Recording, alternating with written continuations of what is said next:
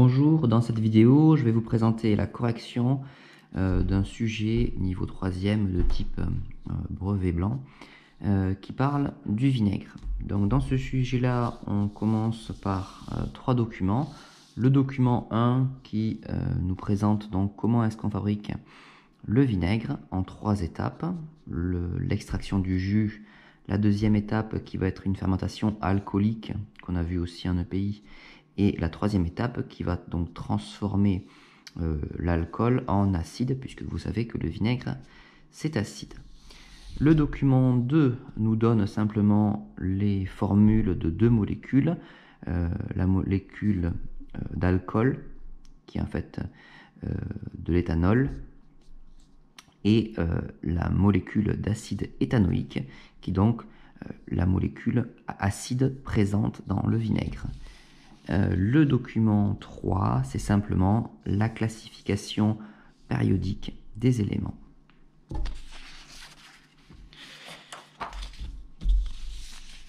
Première partie, donc sur 5 points, acidité du vinaigre de cidre.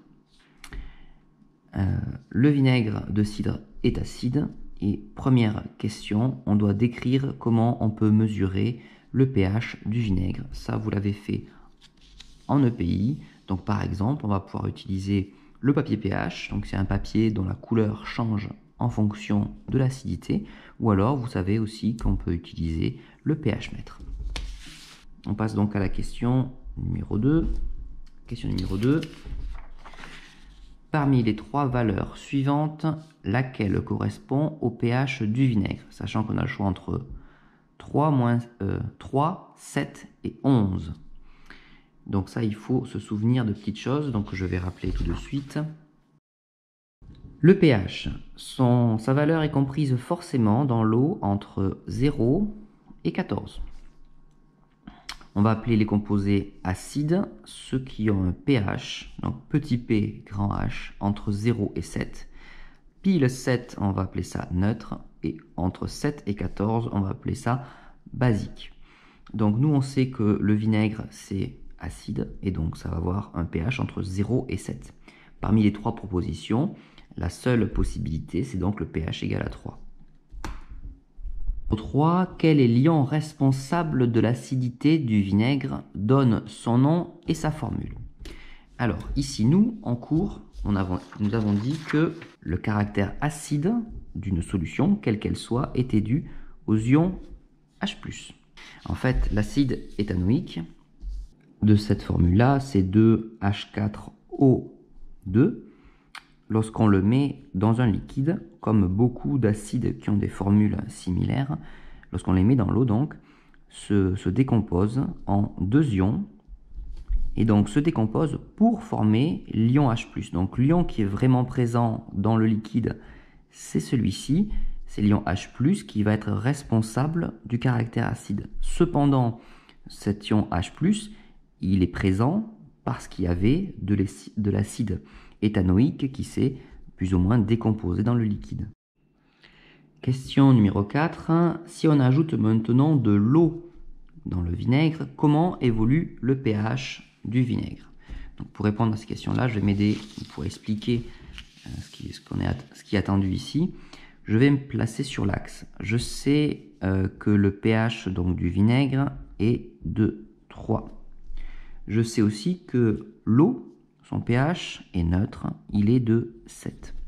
Donc si je suis à pH 3 et que je rajoute quelque chose qui est un pH 7, en fait je vais me rapprocher de 7. Donc en fait le pH il va augmenter. Ici donc on dit que le pH augmente puisqu'il se rapproche de 7, mais attention, si on avait dilué au contraire quelque chose de basique, dont le pH se situerait par ici, eh bien se rapprochant de 7, le pH aurait diminué. Donc toujours se rappeler que lorsqu'on rajoute un liquide pH 3, donc de l'eau, eh bien on va se rapprocher du pH de l'eau.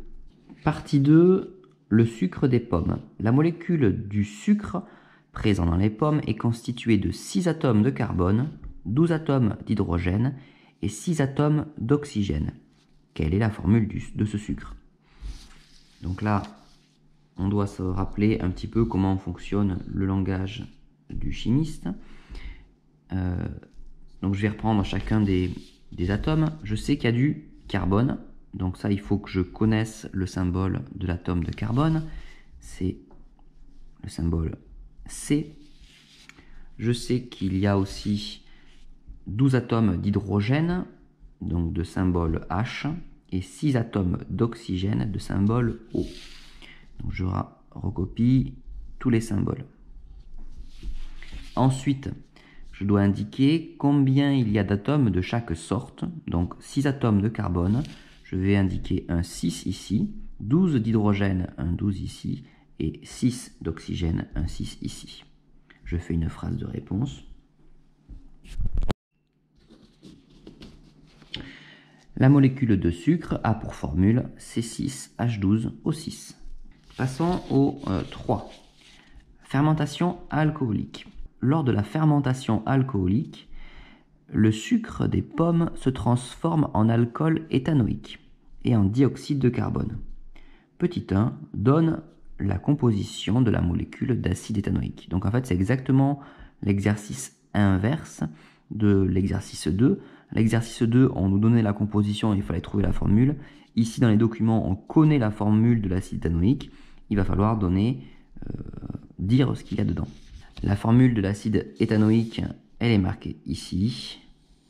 La formule de l'acide éthanoïque est C2H4O2. Donc dedans, il y a 2 atomes de carbone, 4 atomes d'hydrogène et 2 atomes d'oxygène. Il va falloir dessiner le modèle moléculaire de la molécule de dioxyde de carbone. Donc en fait, on doit dessiner la molécule de dioxyde de carbone. Pour savoir dessiner la molécule de dioxyde de carbone, il faut se rappeler sa formule, CO2. Bon, c'est une molécule dont on parle très souvent. Donc carbone, je vous rappelle que les atomes de carbone sont représentés par un rond noir, oxygène par un rond rouge. J'ai donc dessiné un rond noir entouré de 2 ronds rouges pour les 2 oxygènes. Alors c'est une molécule qui est linéaire, dont les atomes sont tous alignés, contrairement à la molécule d'eau qui est une molécule coudée. Ensuite, question numéro 3. Quel est le test qui nous permet de prouver la présence de dioxyde de carbone? Donc c'est un test que vous avez fait en 4e, que vous avez refait en 3e, donc pour montrer qu'il y avait une fermentation alcoolique. C'est donc, il faut utiliser de l'eau de chaux. Plusieurs choses rappelées ici. Donc d'abord, l'eau de chaux, ça s'écrit avec un X à la fin et non pas un D. Je vous rappelle que l'eau de chaux, normalement, elle est limpide, ça veut dire transparente au début, mais que si jamais il y a du dioxyde de carbone, elle va devenir blanche. Ce test-là, vous allez pouvoir le retrouver dans des vidéos de 4e, et peut-être que je mettrai un lien là-dessus pour que vous retrouviez plus facilement. Ce test-là, on l'avait réalisé par exemple lorsqu'on avait fait brûler du charbon dans un bocal, et on avait montré ensuite que ce bocal contenait du dioxyde de carbone. On passe donc maintenant à la partie 4, la fermentation acétique. Dans la partie 4, on nous dit que la fermentation acétique de l'alcool éthanoïque est une transformation chimique. Et donc à ce titre-là, on nous demande quels sont les réactifs. Alors on va aller chercher dans les documents bien sûr. À quel moment est-ce qu'on nous parle de la fermentation acétique? Eh bien à la 3e partie du document 1. On nous dit que l'on place l'alcool obtenu au contact de l'air.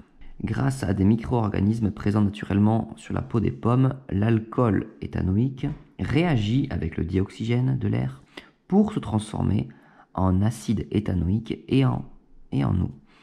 Donc je vous rappelle que les réactifs, ce sont les composés dont on a besoin au début de la transformation chimique. Ce sont les composés nécessaires à la réaction. Donc ici on repère l'acide éthanoïque et le dioxygène qui sont nécessaires. Question numéro 2, c'est la même chose, sauf que maintenant on nous demande quels sont les produits. Donc les produits, c'est ce qui va être fabriqué lors de la transformation chimique. Donc on peut le retrouver dans la phrase ici, pour se transformer en acide éthanoïque et en eau. Donc ça, ce sont les 2 molécules produites, ce sont les produits. Maintenant qu'on a répondu ça, on va pouvoir écrire le bilan de la transformation chimique en sachant que les micro-organismes n'interviennent pas dans le bilan. Donc ça veut dire qu'il ne va pas falloir les marquer. Donc le bilan d'une transformation, c'est très rigoureux, c'est très strict. On commence par marquer une flèche au milieu et à gauche de cette flèche, séparée par des plus, on va indiquer le nom des réactifs. Donc je vous rappelle, les deux réactifs sont l'alcool éthanoïque et le dioxygène. Donc ça sont les réactifs à gauche. À droite, on va donc mettre les produits. Donc il y a deux produits ici, l'acide éthanoïque et l'eau. Ici, c'est un bilan parce qu'on a écrit le nom des molécules en entier. Si vous aviez mis les formules, à ce moment-là, ça aurait été faux. Vous n'auriez pas répondu à la question. Puisqu'en fait, c'est l'objet de la question 4. Donc, je vais remplacer ici par les formules. Et je vous rappelle que les formules sont marquées dans le document 2 de la feuille. Donc, alcool éthanoïque.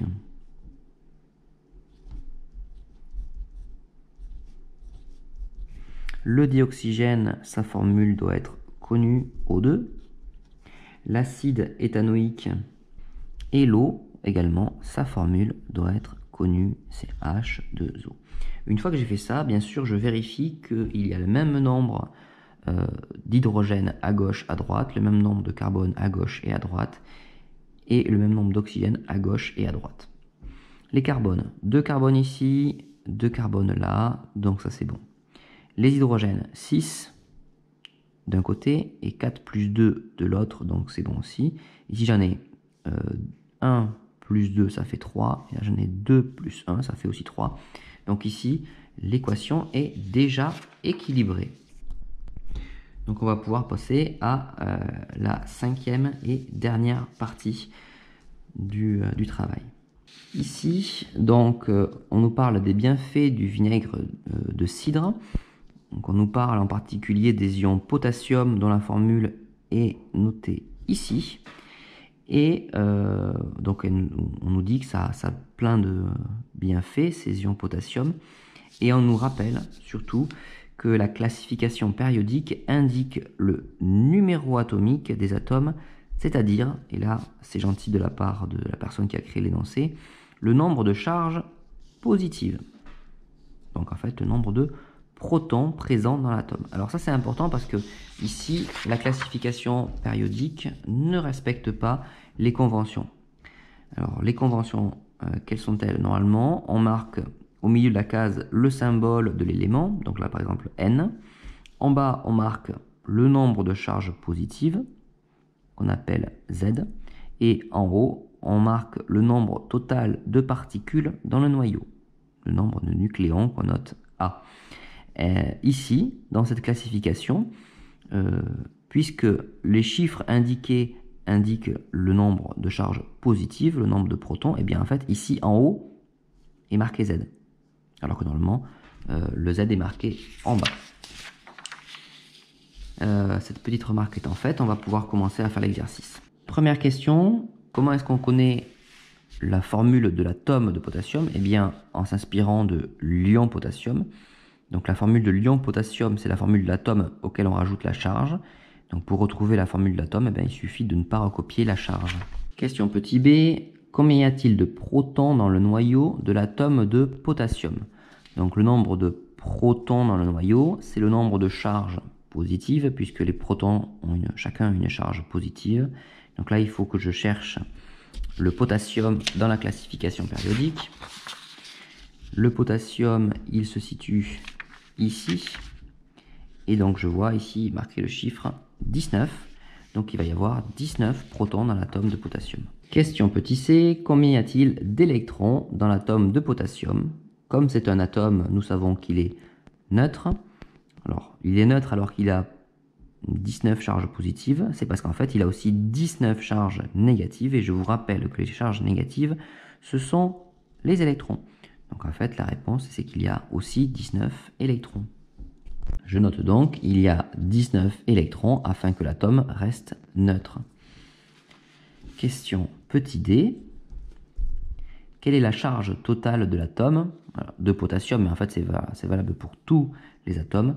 Eh bien sa charge totale vaut 0. On va passer maintenant au petit 2. Donc là on va parler de l'ion. De l'ion potassium. Question petit a. Un électron porte-t-il une charge électrique positive ou négative? Donc on en a déjà parlé, un électron ça a une charge négative. Question petit b. Quelle est la charge totale de l'ion potassium? Donc pour savoir ça il faut regarder sa formule. Et ici, en haut à droite, c'est marqué la charge totale. Donc on voit qu'il y a 1 plus, donc sa charge totale est de plus 1. Question petit c. Combien y a-t-il de protons dans le noyau de l'ion potassium? Eh bien, on a vu en fait que ce qui changeait entre l'ion potassium et l'atome de potassium, c'était le nombre d'électrons. Or, les électrons, ils ne sont pas dans le noyau. Ce qu'il y a dans le noyau ne change pas, en fait. Donc, le nombre de protons dans l'ion potassium, il faut se souvenir que c'est toujours le même nombre que dans l'atome. Donc, on avait déjà répondu qu'il y avait 19 protons dans l'atome. Eh bien, il va y avoir aussi 19 protons dans l'ion. Et dernière question. Donc là, on nous demande combien est-ce qu'il y a d'électrons dans l'ion potassium. Donc pour ça, on sait que la charge totale de l'ion vaut plus 1. On sait également qu'il y a 19 protons dans cet ion-là. Donc qui chacun apporte une charge plus. Donc je compte plus 19. Et ensuite, je vais ajouter à cette charge positive les charges négatives. La question c'est combien de charges négatives il faut que j'ajoute à 19 pour trouver plus 1. La réponse c'est donc 18. Il faut que j'enlève 18 au chiffre 19 pour trouver plus 1. Donc en fait il va y avoir 18 électrons dans l'ion potassium. On constate donc que pour passer de l'atome de potassium où il y avait 19 électrons à l'ion potassium où il y en a 18, et bien en fait ce qui s'est passé c'est que l'atome de potassium a perdu une charge négative, et comme il perd quelque chose de négatif, il devient positif. Positif une fois. Voilà, le devoir est maintenant corrigé. Pour un travail d'une demi-heure, c'est un travail qui est un petit peu long, donc si vous avez mis un peu plus d'une demi-heure à faire ça, ce n'est pas très inquiétant. Voilà.